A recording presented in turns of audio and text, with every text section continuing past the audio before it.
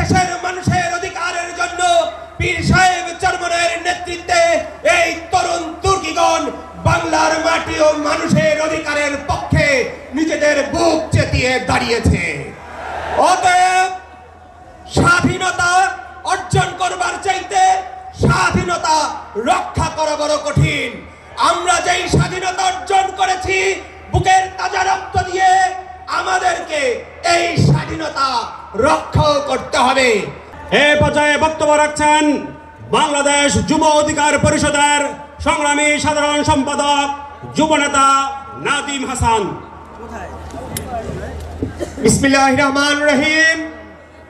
আসসালামু আলাইকুম।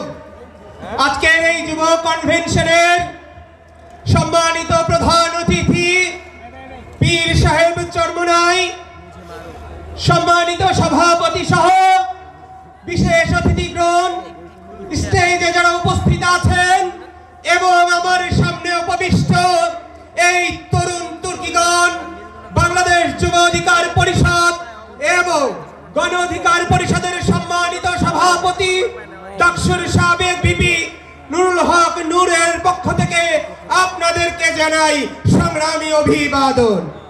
সংগ্রামী সাথী ও বন্ধুগণ, এই দীর্ঘ আন্দোলন সংগ্রামে আমরা দেখেছি ইসলামী যুব আন্দোলনের এই তরুণ কাফেলা নিজেদের বুক চেতিয়ে রাজপথে বাংলার মানুষ এবং বাংলার অধিকারের জন্য কিভাবে জীবনকে বাজি রেখে কাজ করে গিয়েছে।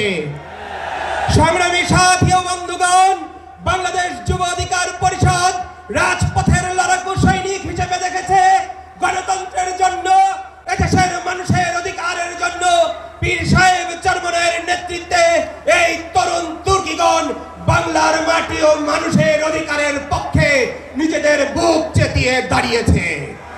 অতএব স্বাধীনতা অর্জন করবার চাইতে স্বাধীনতা রক্ষা করা বড় কঠিন।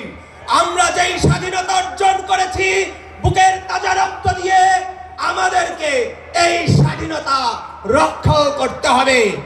আর কোন চাঁদাবাজিকে সহ্য করা যাবে না, আর কোন জুলুমবাজির জায়গা বাংলার জমিনে হবে না। অতএব আপনাদেরকে আবারও এই জাতীয় যুব কনভেনশনে আপনাদের প্রতি উদাত্ত আহ্বান, আসুন আমরা আমাদের ঐক্যের হাতকে আরো শক্তিশালী করি, যে কোনো জালিমকে মোকাবেলা করতে একসঙ্গে নিজেদের বুককে ঢাল করে রাজপথে দাঁড়াই। আবারও সবাইকে ধন্যবাদ জানিয়ে আমি আমার বক্তব্য শেষ করছি এবং জাতীয় যুব কনভেনশনের সফলতা কামনা করছি। আসসালামু আলাইকুম। নারায়ে তাকবীর।